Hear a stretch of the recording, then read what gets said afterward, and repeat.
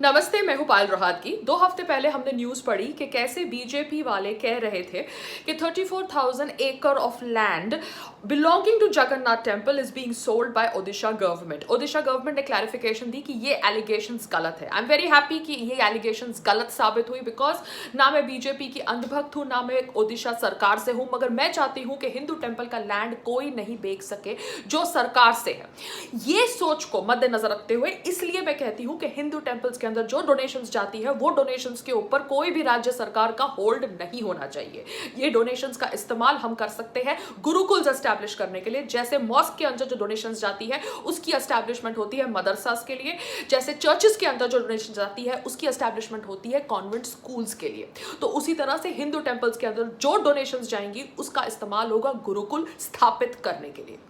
ये बात को साइड में रखते हुए अब मैं आपके साथ ये इंफॉर्मेशन शेयर कर रही हूं जिसके ऊपर मैं चाहती हूं कि बीजेपी वाले आवाज उठाएं। बिकॉज बीजेपी वाले, मैं आपको सिर्फ इतना कहना चाहती हूं कि आपने ऑब्वियसली जो क्लेम किया कि भैया ओडिशा सरकार 34,000 एकर्स ऑफ लैंड बेचने वाली है, शायद वो क्लेम सच भी हो सकता है, मगर बाद में ओडिशा सरकार ने अपना स्टैंड बदल दिया हो। मगर आज जरूरत है कि आप इस प्रश्न का जवाब ढूंढें।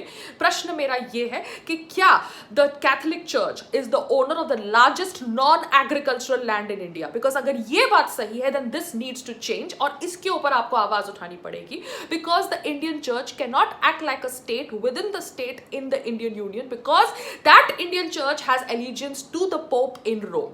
तो ये जो है इसके ऊपर आवाज उठाइए। And if the Catholic Church in India is the owner of the largest non agricultural land, then that land needs to be snatched back from the Catholic Church. Because Bharat के अंदर भारत का जो लैंड है वो भारतीय लोगों के लिए है, ना उन लोगों के लिए जिनका एलिजेंस है with the pope in Rome. I hope my point is crystal clear and I hope आप लोग इसके ऊपर आवाज उठाएंगे, क्योंकि एज अ भारतीय मैं चाहती हूं कि भारत के अंदर भारत का जो लैंड है वो भारत के लोगों के हाथ में रहे, ना कि उन लोगों के हाथ में जो भारत में रहते नहीं है।